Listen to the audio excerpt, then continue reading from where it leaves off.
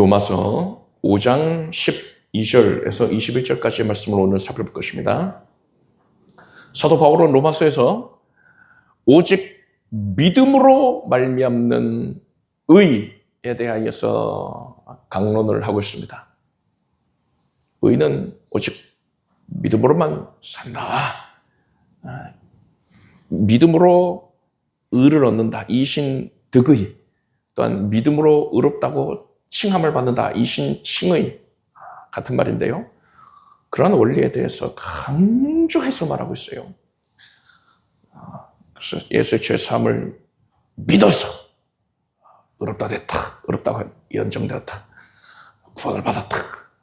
율법 지켜가지고 착한 일 해가지고 구원받는 게 아니라 오직 믿음으로 구원받는 것이다. 이것을 계속 강조해서 말한 다음에 지난주에는 무슨 내용을 얘기했습니까? 그렇게 믿음으로 말미암아 의롭다 인정을 받게 된 성도들 어떻게 살아야겠는가? 하나님을 사랑하며 살아야 된다. 하나님과의 교제를 즐거이 여기며 그것을 위해서 힘써 살아야 한다. 심지어 환난을 당한다 하더라도 환난을 통해서 오히려 하나님께 더 가까이 나가고 더 교제에 전념하는 그런 계기로 삼아야 한다. 이런 교훈을 우리가 지난주에 살펴봤습니다.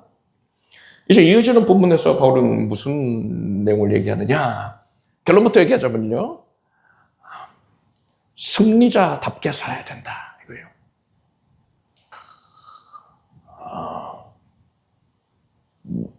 믿음으로 말미암아 얻게 된 의가 얼마나 위대한 것인지에 대해서 먼저 말한 다음에 예수 그리스도께서 친히 사망을 이기고 승리를 하셨으니 그리고 그러한 승리를 우리에게 허락하셨으니까 이제 그것을 누려야 된다.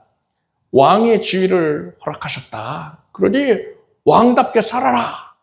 이렇게 교훈을 하고 있는 것입니다. 그런 내용을 오늘 살펴볼 것입니다. 12절에서 21절까지 함께 읽겠습니다.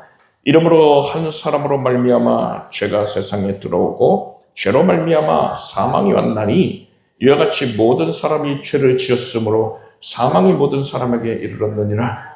죄가 율법이 있기 전에도 세상에 있었으나 율법이 없을 때에는 죄를 죄로 여기지 아니하였느니라. 그러나 아담으로부터 모세까지 아담의 범죄와 같은 죄를 짓지 아니한 자들 위에도 사망이 왕노릇하였나니 아담은 오실 자의 표상이라. 그러나 이 은사는 그 범죄와 같지 아니하니 곧 한 사람의 범죄를 인하여 많은 사람이 죽었은즉 더욱 하나님의 은혜와 또는 한 사람 예수 그리스도의 은혜로 말미암은 선물이 많은 사람에게 넘쳤으리라. 또 이 선물은 범죄한 한 사람으로 말미암은 것과 같지 아니하니 심판은 한 사람을 인하여 정죄에 이르렀으나 은사는 많은 범죄를 인하여 의롭다 하심에 이름이니라. 한 사람의 범죄를 인하여 사망이 그 한 사람으로 말미암아 왕노릇하였은즉 더욱 은혜와 의의 선물을 넘치게 받은 자들이 한 분 예수 그리스도로 말미암아 생명 안에서 왕노릇하리로다. 그런즉 한 범죄로 많은 사람이 정죄에 이른 것 같이 의의 한 행동으로 말미암아 많은 사람이 의롭다 하심을 받아 생명에 이르렀느니라. 한 사람이 순종치 아니함으로 많은 사람이 죄인 된 것 같이 한 사람의 순종하심으로 많은 사람이 의인이 되리라. 율법이 가입한 것은 범죄를 더하게 하려 함이라. 그러나 죄가 더한 것은 은혜가 더욱 넘쳤나니 이는 죄가 사망 안에서 왕노릇한 것 같이 은혜도 또한 의로 말미암아 왕노릇하여 우리 주 예수 그리스도로 말미암아 영생에 이르게 하려 함이니라. 12절에서 바울은 한 사람으로 말미암아서 죄가 세상에 들어오게 되었고 그 죄로 말미암아 사망이 들어왔다. 이렇게 선언했어요. 여기서 말하는 한 사람이 누굴까요? 아담입니다. 첫사람 아담, 모든 인류의 조상인 아담이에요. 그 아담이 첫 번째 사람이 하나님께서 금지하신 선악과를 따먹었단 말입니다. 그래서 죄가 세상에 들어오게 하는 통로가 되었어요. 그리고 그 결과로 사망이 온 인류에게 영향을 미치게 되었습니다. 그래서 모든 사람들은 태어날 때부터 죄의 본성을 물려받게 되었습니다. 죄 가운데 태어나는 거예요. 이렇게 물려받게 된 죄의 본성을 원죄라고 부릅니다. 사람은 이 원죄로 말미암아서요, 본성 자체가 타락해 있기 때문에 사람의 노력으로는 절대로 이루어질 수가 없습니다. 아예 그냥 숯검댕이라고 생각하시면 돼요. 사람의 본성이 그렇게 없습니다. 숯검댕이를 아무리 그냥 소를 가지고 와서 벅벅벅벅 따든다고 해서 하얘집니까? 아니에요. 본성 자체가 까매요. 그처럼 우리의 본성이 죄로 인해서 오염이 되어 있는 상태에서 출생을 하는 겁니다. 원죄를 갖고 태어나는 거예요. 14절에서 바울은 아담으로부터 모세까지, 모세가 모세 대표자입니까? 율법이죠, 율법. 그러니까 율법이 하나님께서 모세를 통해서 율법을 주셨잖아요. 아담에서 모세까지라는 것은 율법이 주어지기 이전의 시기를 뜻하는 겁니다. 그 시기에도 뭐라고요? 사망이 왕노릇하였다. 율법 때문에 사망이 들어온 게 아니라는 겁니다. 율법이 없던 시기에도 아담의 죄로 말미암아서 사망의 권세가 사람들을 지배해오고 있었다. 율법과 관계없이 원래 사람은 사망 안에 있었다. 이거예요. 그만큼 죄의 영향력은 강력하고 사람은 어쩔 도리가 없다는 겁니다. 사람은 태어났으니 멸망심판받아서 지옥 가야 된다. 사망의 형벌을 당해야 된다라는 거예요. 여러분, 아담의 범죄함으로 인하여서 모든 사람이 멸망심판을 당합니다. 사망에 처해지게 됩니다. 아담이 잘못해서 모든 사람이 벌받는 거예요. 대표자, 첫사람이잖아요. 인류의 대표자가 잘못을 하였더니, 범죄를 했더니 대표자에게 속하여 있는 모든 사람들이 동일한 그런 처분을 받게 되는 것입니다. 아니, 아담 때문에 나까지 망해야 된다니 너무나 비참하잖아요. 무기력하잖아요. 하나님은 어떻게 그러실 수 있습니까? 불공정합니다. 내가 한 것도 아닌데 이렇게 하나님께 볼멘소리 할 수 있습니까? 그럴 수 없어요. 대표자의 영향으로 말미암아서 대표자가 대표하고 있는 사람들, 모든 이 대표자에게 속하여 있는 사람들, 이들이 동일한 처분을 받는다, 동일한 영향을 받게 된다라는 것은 하나님께서 정하신 원리입니다. 여러분, 하나님은 공의로우십니다. 믿으십시오. 그래서 하나님께서 정하신 모든 원리는 지극히 공의롭습니다. 이것을 우리는 확실히 믿어야 돼요. 우리가 하나님 그래도 아담이 범죄했는데 나까지 벌 받는다니 이거 부당해요. 이거 사리에 맞지 않아요. 이렇게 생각하는 거는요, 내 생각이 짧아서 그래요. 내 지각의 한계 때문에 그렇습니다. 사람의 지혜가 아무리 높아진다 하더라도요, 하나님의 지혜에 미칠 수가 없어요. 개미가 아무리 똑똑하고 잘생긴 개미, 이쁜 개미 있다 하더라도요, 사람이 볼 때는요 하찮잖아요. 마찬가지입니다. 사람이 아무리 아인슈타인 같은 사람들이라도 하나님의 지혜에 조금 더 범접할 수가 없는 거예요. 그래서 우리가 하나님이 정하신 원리가 부당하다 생각하는 것은 사람의 생각이 짧아서 그런 것이지, 하나님의 모든 섭리는, 하나님이 정하신 바는 지극히 공의로운 것이다, 진리이다 라는 것을 여러분 분명히 믿으시기 바랍니다. 이런 사실을 인정하지 않는 것은요, 우리한테 아무것도 유익이 없어요. 사람이 중력의 법칙을 인정하지 않는다고 해서 나는 중력이 싫어! 부당해! 하고서는 건물 옥상에 올라가서 높은 건물 옥상에 올라가가지고서는 나는 중력을 인정할 수 없다! 하고 뛰어내리면 어떻게 됐습니까? 그 사람은 중력을 초월해서 홀 날 수 있습니까? 그렇지 않죠? 그대로 곧장 곤두박질 쳐가지고 떨어져 죽는 거예요. 따라서 우리가 하나님이 정하신 원리는요, 내 마음에 들고 안 들고 이게 중요한 게 아니란 말입니다. 그것을 부인하면 안 되고요. 중력을 부인할 것이 아니라 중력의 법칙을 잘 이해하고 탐구하고 그것을 잘 활용해서 삶을 더 윤택하게 살기 위해서 애쓰고 있잖아요. 과학자들이 또 공학자들이 그러고 있잖아요. 마찬가지입니다. 우리는 하나님의 원리를 인정해야 돼요. 대표자로 인하여서 대표자가 대표하고 있는 이들, 대표자에게 속하여 있는 이들도 동일한 처분을 받는다. 이 원리를 우리는 인정하고 진리로 여겨야 됩니다. 그리고 이러한 원리를 우리는 적극적으로 이제 의지해야 돼요. 바울은 14절에 보니까요, 모든 사람에게 사망이 왕노릇을 하게 됐다. 그러니까 모든 사람은 다 사망의 종이 되어버렸다. 이렇게 비참한 현실을 선포하고는 곧이어서 뭐라고 합니까? 그런데 아담은, 지금 이 문제의 원흉인 아담, 이 아담은 오실자의 표상이라 했어요. 아담은 오실자의 표상이라. 참으로 놀라운 말씀입니다. 오실자는 예수 그리스도를 의미하거든요. 아담 한 사람으로 말미암아서 온 인류가 사망에 처해진 된 것, 이것이 어떻게 예수 그리스도의 사역을 예표하고 있단 말입니까?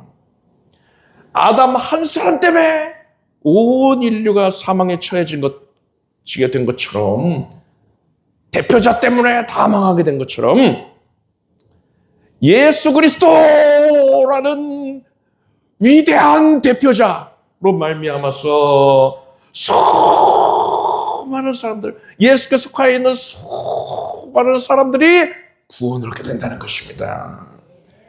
하나님께서는 대표자에게 속하여 있는 자들이 대표자로 말미암아서 동일한 처분을 받게 되는 이 원리를 멸망 심판받는 것에만 적용하신 게 아니라 죄사함과 구원에도 동일하게 적용하고 계시다는 거예요. 올림픽 경기에 출전하는 선수들은 국가대표이지요. 그래서 국가대표 선수가 1등을 해서 금메달 따면은요, 그거는 우리나라가 금메달을 딴 거예요. 여러분, 금메달 그 집계, 금메달, 은메달, 동메달 그 메달 집계하는 거 보면은요, 대한민국이 메달을 몇 개 땄다 이렇게 집계를 하지, 뭐 선수 이름 가지고 누가 몇 개를 땄다 이렇게 집계를 하는 게 아니란 말입니다. 그 나라가 동메달을 땄다, 은메달을 땄다, 금메달을 땄다가 되는 거예요. 그러니까 나라가 금메달을 따는 것이기 때문에 국민들이, 선수들이 금메달을 따면은요, 다 같이 자기 일처럼 기뻐합니다. 에이, 저 사람만 잘 되고 마는 거지 뭐. 이게 아니라 나랑 안면도 없는 선수인데, 알지도 못하는 사이인데, 그 선수가 나가서 1등을 하면은요, 그가 우리나라를 대표하기 때문에 내가 우리나라 그 나라에 속해 있으니까는요, 그 선수가 금메달 따면은 우리나라가 딴 거예요. 이것이 영적으로도 동일하게 적용이 된단 말입니다. 우리가 아담의 범죄로 인해서 타락해서 사망의 종노릇을 하게 되지 않았습니까?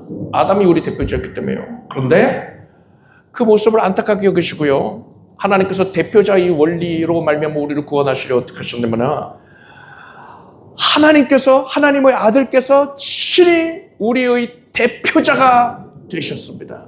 그것을 위해서 하나님의 아들께서 하늘 높은 보좌를, 그 영광을 버리고 사람이 되어 오신 거예요. 사람의 대표자가 되시기 위하여서 사람이 되어 오셔서 사람들의 죄를 짊어지시고 십자가에 달려서 못 박혀 죽임당하시고서는 부활을 하셨습니다.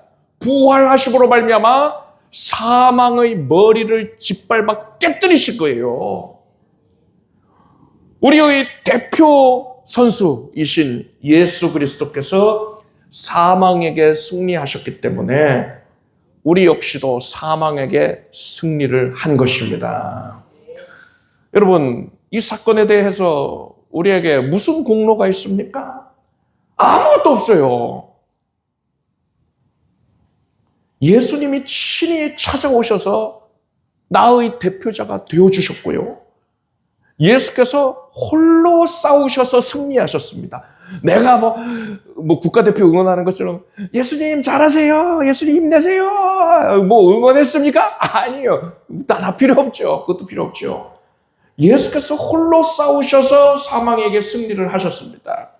그리고 그 은혜를, 승리하신 그 은혜를 우리는 그저 거저 누리게 되었단 말입니다. 따라서 바울은 15절에서 한 사람 예수 그리스도의 은혜로 말미암은 선물이 많은 사람에게 넘쳤으리라 하는 거예요.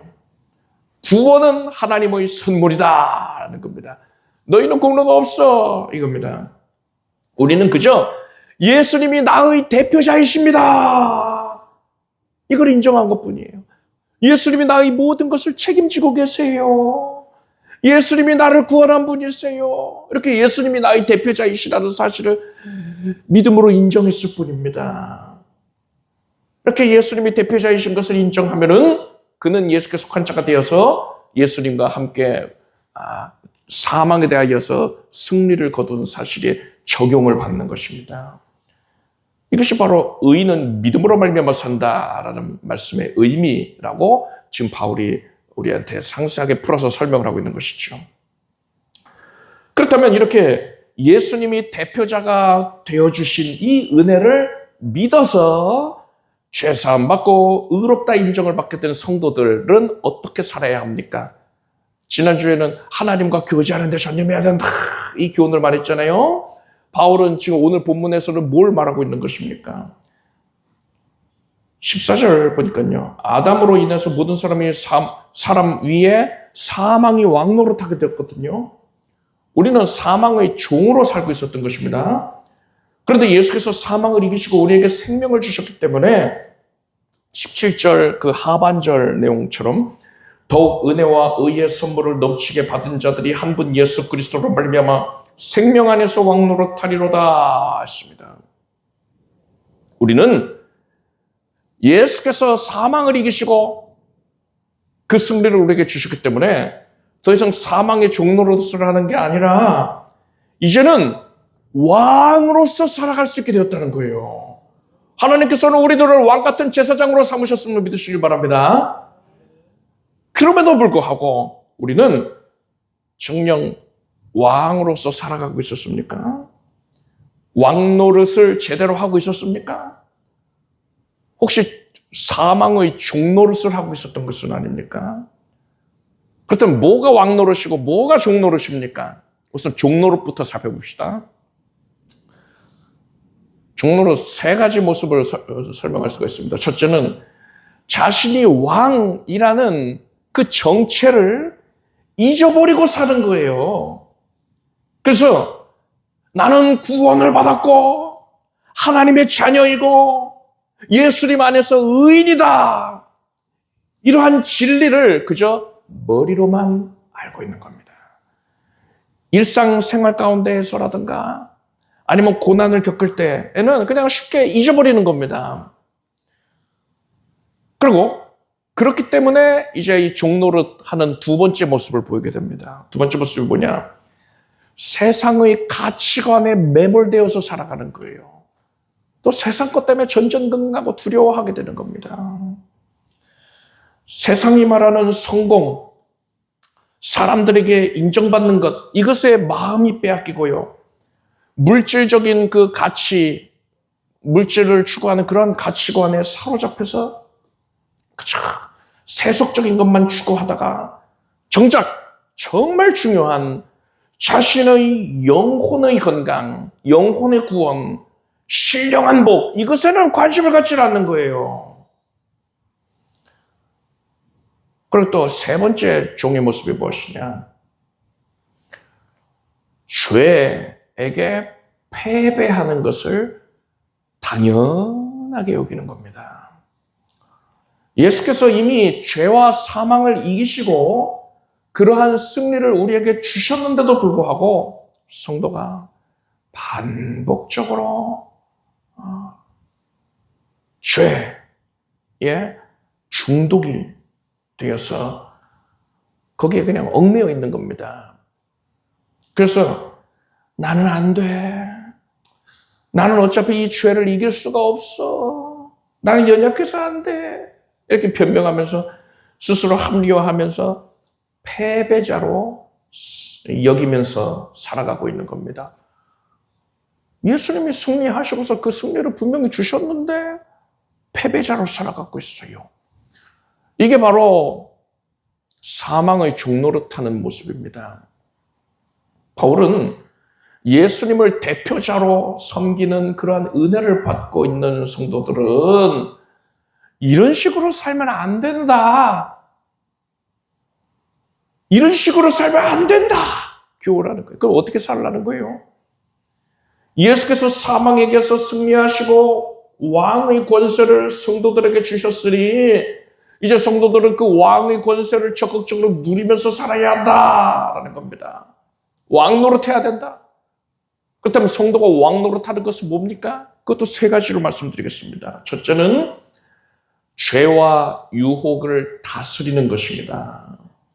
왕은요, 나라를 지키고 또 질서를 유지하기 위해서 적과 싸워야 합니다. 마찬가지로요, 성도는 왕의 권세를 받았다면요, 예수님의 능력으로 죄의 유혹을 거부하고 거룩한 삶을 지키기 위하여서 싸워야 되는 거예요.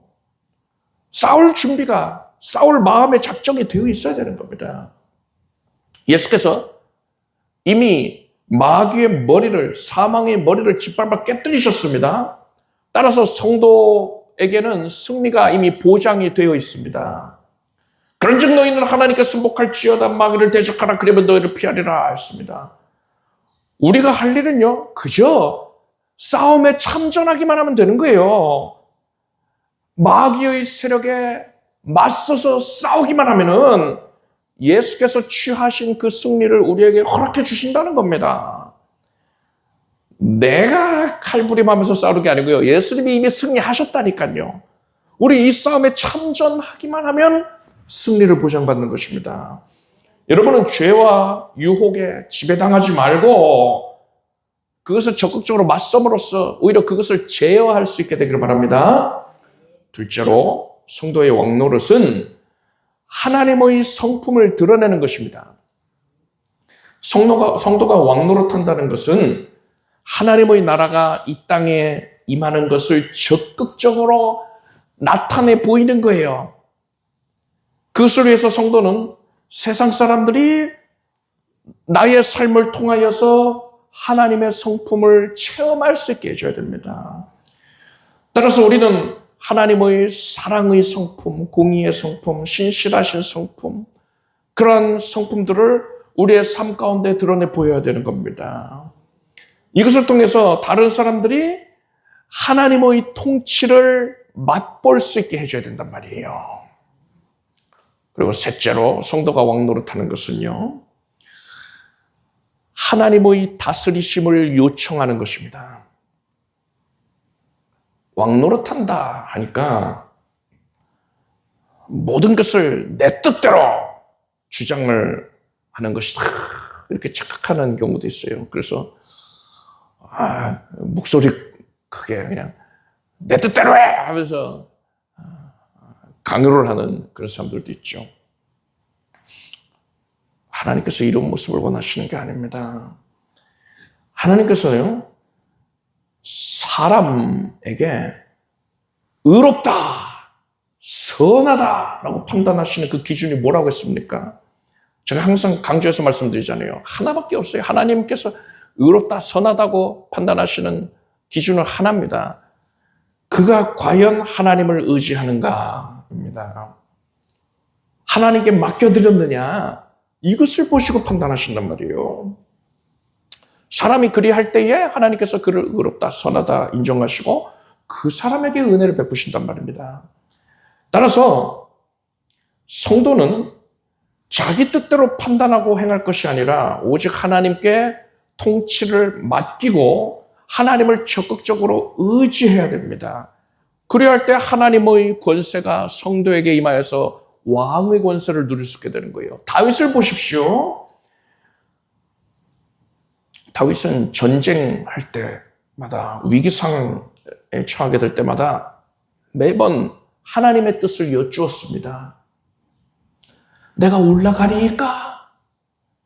이길 수 있겠나이까? 이렇게 여쭙고서 그때마다 주시는 하나님의 말씀에 순종하였습니다. 그리고 하나님께서는 그런 다윗에게 큰 승리를 매번 안겨주셨습니다. 여러분, 우리도 다윗과 같기를 바랍니다. 나의 군사 전략, 나의 지식 지혜, 나의 강함, 내가 가지고 있는 것, 이걸 의지하는 게 아니라 오직 하나님을 의지하고 하나님의 다스리심에 온전히 모든 것을 맡길 수 있길 바랍니다. 그래야 할 때에 하나님께서 하나님의 권세를 우리 가운데 나타내셔서 우리가 왕의 권세를 누릴 수 있게 해주시는 거예요. 20절에서 바울은 율법이 가입한 것은 범죄를 더하게 하려 함이라. 그러나 죄가 더한 것에 은혜가 더욱 넘쳤나니 라고 했습니다. 율법은 뭐냐? 하나님께서 무엇이 죄인지를 명확하게 밝혀주신 겁니다. 따라서 율법을 통해서는 죄를 더욱더 통렬하게 깨닫게 되는 거예요. 그러면 사람들은 율법을 통해서, 그러니까 하나님이 주신 말씀을 통해서 그 말씀을 대할 때에 내가 얼마나 추악한 죄인인지를 더 명확하게 깨닫게 되지 않겠습니까? 그런데 사람이 내가 이런 죄도 지었고 저런 죄도 지었구나 하고서는 나의 죄를 깨닫게 될 때에 주로 어떤 모습을 보입니까? 아담과 하와는 어땠나요? 그들은 죄를 짓고 나서 자신들이 벌거벗었음을 알았다 그랬잖아요. 그게 뭡니까? 자기들에게서 하나님의 영광이 떠나간 거란 겁니다. 자기 죄를 직시하게 된 거예요. 그때에 그들은 동산 나무 사이에 그들로 숨어들었습니다. 어둠을 찾아 들어갔어요. 이렇듯 사람은 기본적으로 자신의 죄를 직시하게 되면은 하나님을 피해서, 그러니까 빛을 멀리하는 벌레들처럼요, 하나님을 피해서 영적으로 더욱더 어두운 곳을 찾아가는 거예요. 마귀에게 가까워지는 걸 택하게 된단 말입니다. 그런데 바울은 그러지 말아라. 너희 죄를 직시하게 되었다고 해서 절대로 그리하지 말아라. 그래서 이렇게 말하고 있어요. 그러나 죄가 더한 곳에 은혜가 더욱 넘쳤나니 라고 했습니다. 참으로 놀라운 말씀이에요. 예수 그리스도의 은혜는 모든 죄를 덮고도 남음이 있습니다. 바울이 너희는 왕노릇하면서 살아야 된다 이렇게 말하면서 죄가 더욱 많은 곳에 은혜가 더더욱 넘친다 이 얘기를 한 이유가 뭐겠습니까? 성도가 믿음으로 의롭다 함을 얻은 자답게 왕노릇하면서 살고자 애쓰는데 오늘 설교 말씀 듣고 나서 그래 난 종노릇 아니고 왕노릇하면서 살겠어 하고서는 결단하고 이제 왕노릇하면서 살고자 하는데 그때의 마귀가 죄의 권세로 우리를 참소하고 우리의 심령을 뒤흔들어 놓는다는 거예요. 너는 그런 죄를 짓고도 어떻게 그렇게 떳떳할 수가 있냐? 네가 무슨 왕이야? 너는 자격이 없어. 이렇게 우리를 비난한단 말입니다. 이런 비난 앞에서 우리는 정죄감을 갖고서요, 이제 에덴 동산 그 나무 사이로 숨어드는 거예요. 일반적으로 그런 모습을 보인단 말입니다. 그렇지만 여러분 이것을 기억하십시오. 예수께서 우리의 죄를 사하여 주셨다 했는데 이것은 우리가 예수님을 믿기 이전에 지은 죄들만 포함되는 게 아니고요. 우리가 사는 날 동안 짓게 될, 앞으로 짓게 될 모든 죄들까지도 예수님이 이미 다 아시고 그 모든 죄를 싸그리 다 통틀어서 대신하여 짊어지고 십자가에 달리셨던 것입니다. 로마서 8장 1절이죠 보니까 그러므로 이제 그리스도 예수 안에 있는 자에게는 결코 정죄함이 없나니 이는 그리스도 예수 안에 있는 생명의 성령의 법이 죄와 사망의 법에서 너를 해방했음이라 했습니다. 그리스도 예수 안에 있는 자에게는 결코 정죄함이 없습니다. 히브리서 10장 말씀 보니까 저가 한 제물로 거룩하게 된 자들을 영원히 온전케 하셨느니라 했습니다. 잠깐 온전케 하신 게 아니라 영원히 거룩하게 하셨습니다. 따라서 여러분이 오늘 말씀 듣고서 이제 왕 노릇하겠다고 결단을 했을 것인데 왕 노릇하면서 살고자 할 때에도 그때 이제 여러분 사람이 연약한지라 죄를 짓게 되잖아요. 죄를 짓게 되거든 마귀의 참소가 따라온단 말입니다. 그 마귀의 참소 앞에서 죄와 마귀를 대면하게 될 때에 낙담하게 될 것이 아니라 오늘 본문의 이 말씀처럼 죄가 더한 곳에 은혜가 더욱 넘쳤다는 말씀을 떠올리기를 바랍니다. 나는 죄인인데 지금 또 이런 죄 짓는 이것처럼 이렇게 추악한 죄인인데 예수께서 그런 나를 용납하시고 나의 죄를 사하여 주셨다. 그래서 나는 의인이다. 그래서 나는 하나님의 자녀요 하나님의 왕의 권세를 부여받은 자이다. 이렇게 스스로에게 고백하시고 선언하길 바랍니다. 이것은 진리예요. 내가 아무리 큰 죄를 짓는다 하더라도요. 예수께서 이미 그 죄까지 다 담당하여 사하여 주셨음을 믿으시길 바랍니다. 그래서 내가 죄에 대하여 아파하면 아파한 만큼 그 죄를 사하여 주신 은혜가 더 부각이 되고요. 더 우리는 감사하게 되고요. 그래서 예수께 더 사랑을 바치고 더 충성을 바치게 되는 것입니다. 21절 말씀 보니까 이는 죄가 사망 안에서 왕 노릇한 것 같이 은혜도 또한 의로 말미암아 왕 노릇하여 우리 주 예수 그리스도로 말미암아 영생에 이르게 하려 함이니라 했어요. 예수께서 우리에게 원하시는 바가 뭡니까? 우리의 대표자가 되셔서 사망을 이기신 예수께서 우리에게 원하시는 바가 뭐라고요? 왕 노릇하며 살게 하는 거예요. 왕 노릇해라. 이제는 사망의 종 노릇하며 살지 말고 이제는 내가 이룬 그 모든 것들을 다 받아들이면서 왕 노릇해라. 그 가운데에 죄가 걸림돌이 될 것인데 큰 도전이 될 것인데 죄로 인하여 마귀가 참수할 것인데 거기에 넘어가지 마라. 낙점하지 말아라. 내가 이미 죄를 사하였노라. 네가 죄를 깨달으면 깨달은 만큼 내가 죄를 사하여 준 그 은혜에 주목하거라. 그래서 너는 변함없이 담대하게 왕 노릇하며 살아라. 이렇게 예수께서 오늘 말씀 본문을 통해서 우리에게 말씀하신 것입니다. 여러분 더 이상 죄의 사망의 종 노릇하면서 살지 말고 이제는 예수의 승리를 받은 자들, 예수의 승리를 부음받은 자들께 승리자로서 왕의 권세를 누리며 살기를 바랍니다. 기도하겠습니다. 하나님 감사드립니다. 죄를 초월한 은혜를 누리며 살게 하여 주시옵소서. 왕의 권세를 만끽하면서 왕답게 살게 하여 주시옵소서. 예수께서 우리의 대표자가 되어주신 그 크신 은혜를 찬양합니다. 감사드립니다. 그 은혜 안에 온전히 머물게 하여 주시옵소서. 예수님의 이름으로 기도드립니다. 아멘. 모두 자리에서 일어나셔서 가슴에 손 얹고 아픈 곳에 손 얹고 간절한 손을 폰고서 믿음으로 기도하겠습니다. 하나님 사랑합니다. 하나님 의지합니다. 주님을 기대하며 믿음으로 바라봅니다. 주 성령께서 지금 이곳 이 자리에 우리 10년 가운데 임재하셔서 우리의 예배를 거두어 주셔서 감사드립니다. 하나님께 신령과 진정으로 예배한 모든 주의 자녀들이 우리의 대표자이신 예수 그리스도로 말미암아서 지금 생명을 얻되 넘치게 얻겠습니다.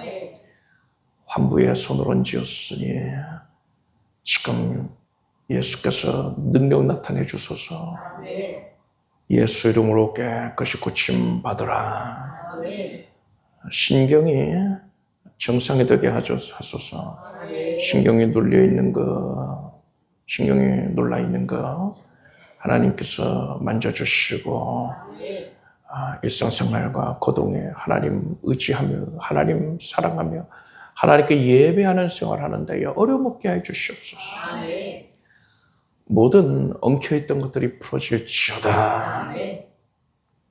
하나님께서 부정한 것들을 다 사하여 주심을 믿습니다. 예수 이름으로 염증이 사라지고 통증이 사라지게 하소서. 항암 치료 중인 성도들을 하나님께서 긍휼히 여겨주셔서 치유의 은택이 흘러넘쳐서 급속하게 깨끗이 나음받게 해주시옵소서. 치유를 위한 모든 재반 상황과 여건들을 하나님께서 섭리히 주장하여 주시옵소서. 온 가족들이, 온 교우들이 하나님이 내려주신 치료의 은혜를 감사히 여기며 간증하며 기뻐하게 하소서. 기도 응답받은 제목이 감사히 제목이 넘쳐나는 우리의 교회요 또한 온 성도들의 가정이 되게 하여 주시옵소서. 이 세상 가운데서 필요로 하고 있는 모든 것들을 하나님께서 이른비와 늦은비의 은택으로 공급하심을 감사드립니다. 취업을 이루시고 진학도 허락하시고 삶의 현장에서 주 뜻 안에서 소망하는 바가 성취되고 성실하게 실현되는 것을 보게 하여 주시옵소서. 하나님께서 우리 기도를 들으셨기에 우리가 구한 것 이상으로 누구들은 넘치게 응답을 안겨주시나이다. 온 가족들은 예수를 잘 믿을 것이고 영육간에 강건하고 삶의 현장에서 크게 형통을 누리게 될지어다. 예수님의 이름으로 기도드렸나이다. 믿은 대로 될지어다. 하나님께 박수 올리겠습니다. 자리에 앉으십시오. 준비하신 예물을 정성된 마음으로 하나님께 드리겠습니다. 드리신 예물 위에 축복 기도하겠습니다. 하나님을 감사하는 마음으로 하나님을 경외하며 신령과 진정으로 헌신하오며 예물 올렸습니다. 하나님께서 지금 바쳐진 심령 위에 은혜의 손길로 덮어주시고 결핍과 연약을 해소하여 주시옵소서. 이제는 기근의 때가 끝나고 은혜의 단비가 강수처럼 내려서 풍성한 결실의 때를 맞이할지어다. 예수님의 이름으로 기도드립니다. 우리 주 예수 그리스도의 무한하신 은혜와 하나님 아버지의 사랑과 성령님의 교통하심이 예수 그리스도의 허락하신 왕의 권세를 적극적으로 누리며 살아가는 성도들을 위해 영원토록 함께 없시기를 축원합니다.